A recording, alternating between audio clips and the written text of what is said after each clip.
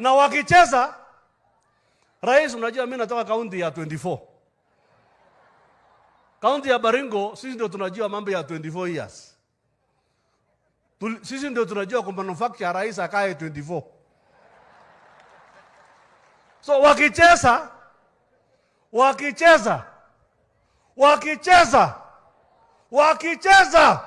hata tunasambia wewe rais endelea kidogo.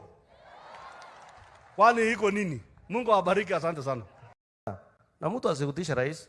Unajua mimi nasikia, mimi naona yule mtu tulivuguze bana anaongea hapo. Mwingine anasema sijui nini hapo. Mai kuona inji yenye mtu anaenda tamu moja. Kuna hiyo. Wataruka juu chini. Lakini mambo. Something is brewing out in Kenya. Politics is transitioning to be very difficult than people thought. And this time around, some politicians have come out to talk some words which has really caused more discomfort among Kenyans. One of them who was citing that they come from a community which knows how to manufacture leaders who can run even for 24 years. And another one was spotted saying that we have never seen a president who is going for one term. Those statements are heavy because they are very derogatory to the fact that the Kenya is a very democratic country and respect and rule of the law must be respected. And now I'm asking the question, what if the president who is in place at the moment loses in 2027? What is going to happen? Is he going to go home, or the fact is that there is no president who has ever been a term in Kenya? Let's talk about it honestly. These messages alone are really very scary. On the other show, we have seen how President 2027. But even mamba ambao wabunge wa Kenya wamekaa pale na tembea kitishiwa kama mtoto. Shame on you. Na kama kusema kitu yoyote wakati hiyo, mnasikia. Those who defiled na tembea 2027 wapi? Nyumbani. You cannot do that. Natemba is the voice we have here. Watoto wakishikwa na watu ya Ruto. Watoto wakiwa kidnapped. Watoto wetu wanapotea. Wajinga wengine kama Atwoli sio mzee wa kuita mzee. Atwoli anakuja kusema hata watoto wanasala oriomno mwane. Oriomno kubola kabuene. Mimi niliambia Atwoli juzi kwenda nyumbani. I was the first one to tell that mzee, chukua hiyo mzee yako kwenda nayo kwako, kaa kwenu. this time around, even mamba ambao wabunge wa Kenya wamekaa pale na tembea kitishiwa kama mtoto. Shame on you. Na kama kusema kitu yoyote wakati hiyo, mnasikia. Those who defiled na tembea 2027 wapi? Nyumbani. You cannot do that. Na tembea is the voice we have here. Watoto wakishikwa na watu ya Ruto. Watoto wakiwa kidnapped. Watoto wetu wanapotea. Wajinga wengine kama Atwoli sio mzee wa kuita mzee. Atwoli anakuja kusema hata watoto wanasala oriomno mwane. Oriomno kubola kabuene. Mimi niliambia Atwoli juzi kwenda nyumbani. I was the first one to tell that mzee, chukua hiyo mzee yako kwenda nayo kwako, kaa kwenu. President 2027.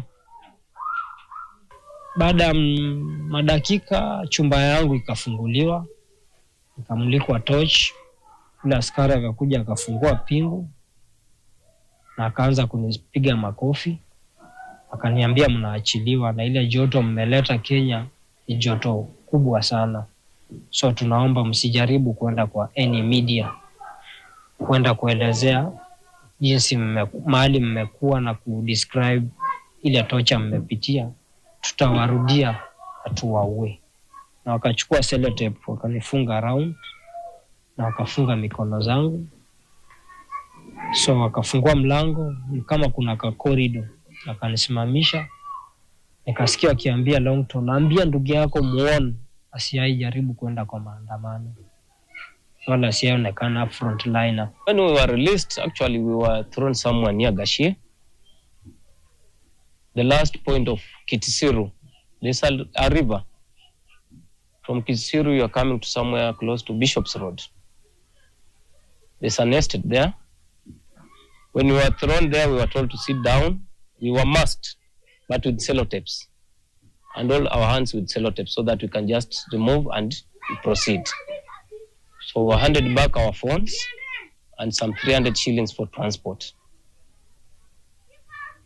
So once they told us, kindly don't open the masks or the sellotapes until you hear the sound of the vehicle has gone.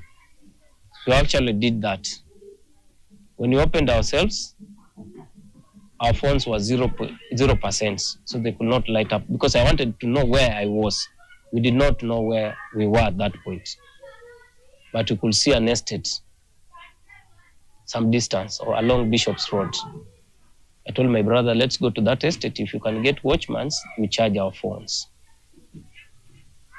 So once we reached that estate, we narrated our ordeal to the watchmen. And they told us, you guys, you've been in the media for the longest time. We charged our phones. I called my brother, Abdul Longton.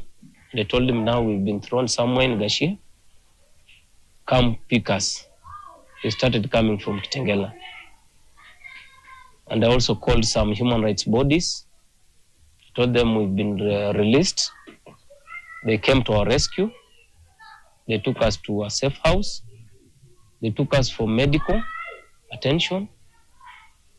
So we stayed in Nairobi for about 3 weeks at their own cost, the human rights organizations. Then we were brought back to Kitengela. I lost 16 kgs within a month.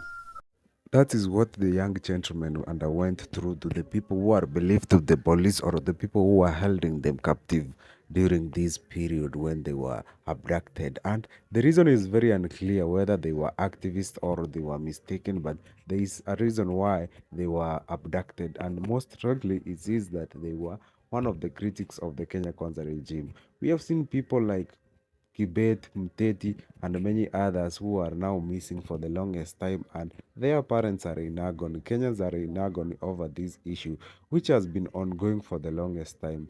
Look at how these things has happened. Even when it's being reported, the Kenya National Police officer's head came out to deny allegations that it is the police who are being involved.